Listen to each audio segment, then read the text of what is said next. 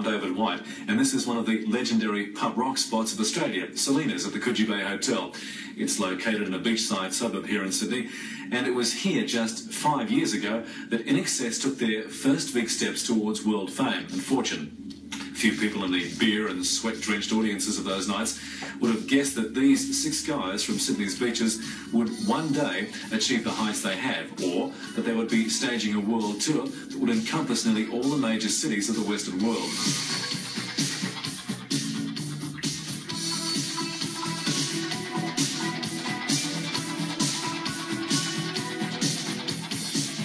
To begin with, they called themselves the Farris Brothers. I guess they must have known that something felt right, because for more than 11 years now, they've stuck together through thick and thin.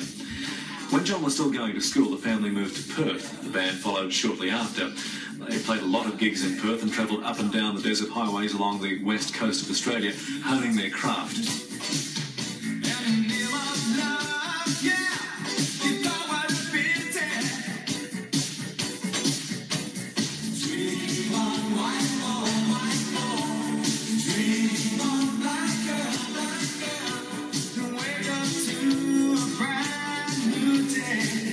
This was was the beginning of a new age for Australian music.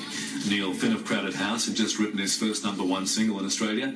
Midnight Oil were causing a furore with their hard rock politics, and the Divinals were just starting out with their mixture of hard rock and sex.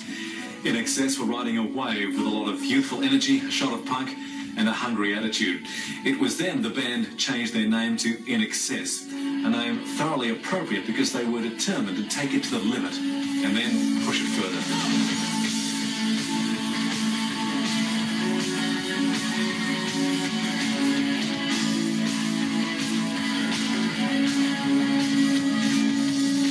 In Excess, very early in the piece, decided they were going to be the best in the world.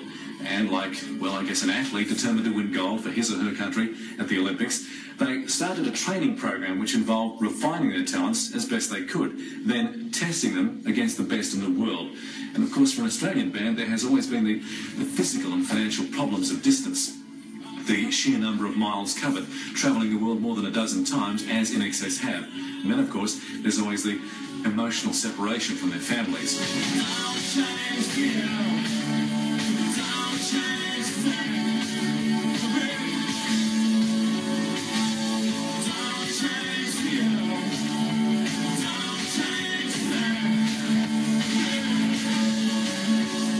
In Excess were determined right from the time they first took this particular stage, all those years ago, that they were going to take their music to every person who wanted to hear it. They used the best assistants they could find in producers like Chris Thomas, who worked on their last 2 albums, and video director Richard Lowenstein. But somehow, though much of it comes back to places like this, these large Aussie beer barns where Australian rock and roll has been formed, In Excess are an Australian rock and roll band par excellence. They cut their teeth in front of crowds of young people who demanded to be entertained. They wanted to have music that was tough and sweaty and thoughtful and made them dance. And the Australian crowds expected nothing less than the best. In Excess have done all their growing up in public. They've been training for this for years.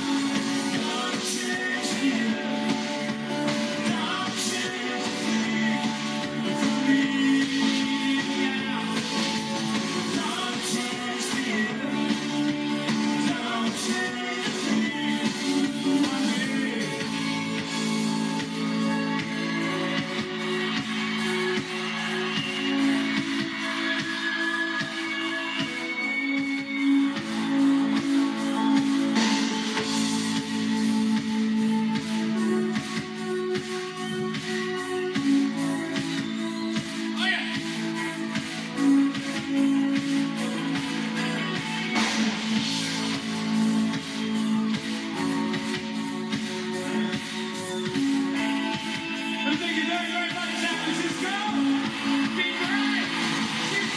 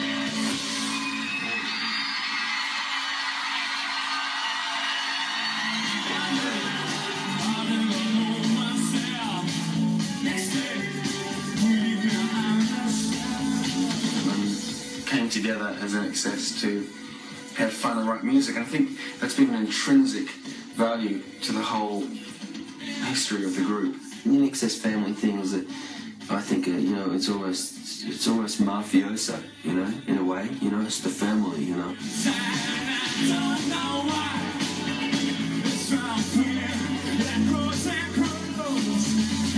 Morally, I think there's so many different stands that people take in the world. Which one do you adhere to? I think the best one to adhere to is the one you believe in. I miss my dog, I miss my house. Yeah, you miss all the things that people take for granted when you live at home. They look at what we do and think, wow, that must be fantastic. You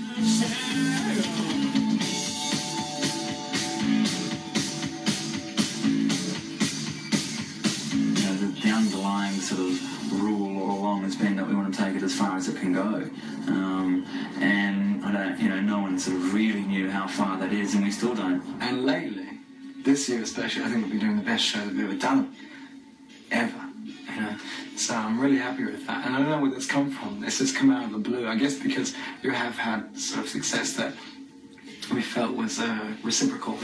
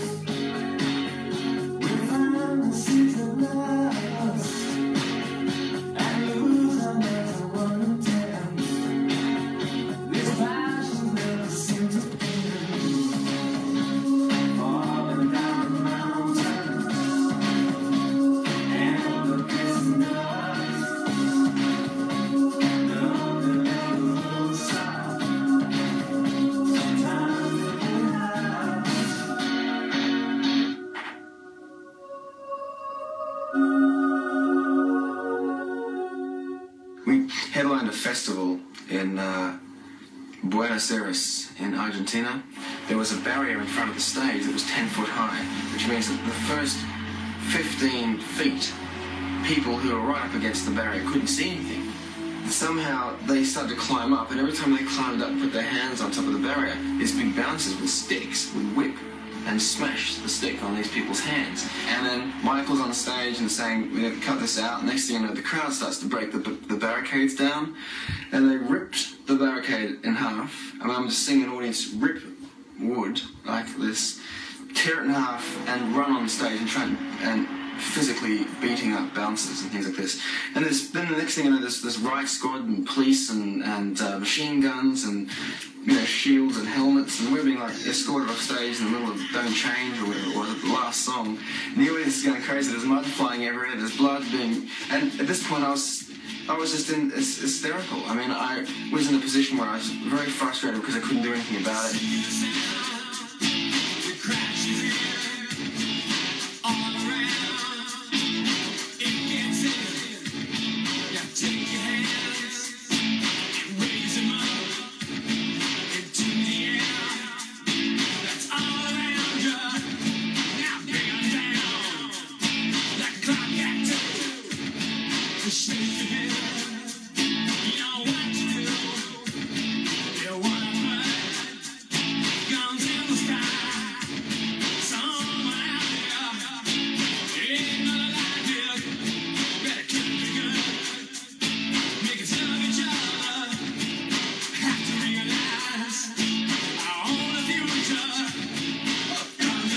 I think that there's definitely an asset by having the family tie.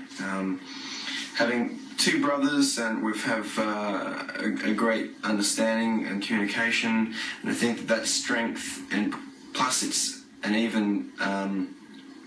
evenly splitting the band in half, which means that there's three who are non-family members and three who are family members, and therefore the other three who aren't family members have to consider a family mentality, has created a type of family environment. I guess because I have always been the older brother, and the rest of the guys have always sort of been a bit younger than me, with the exception of Gary.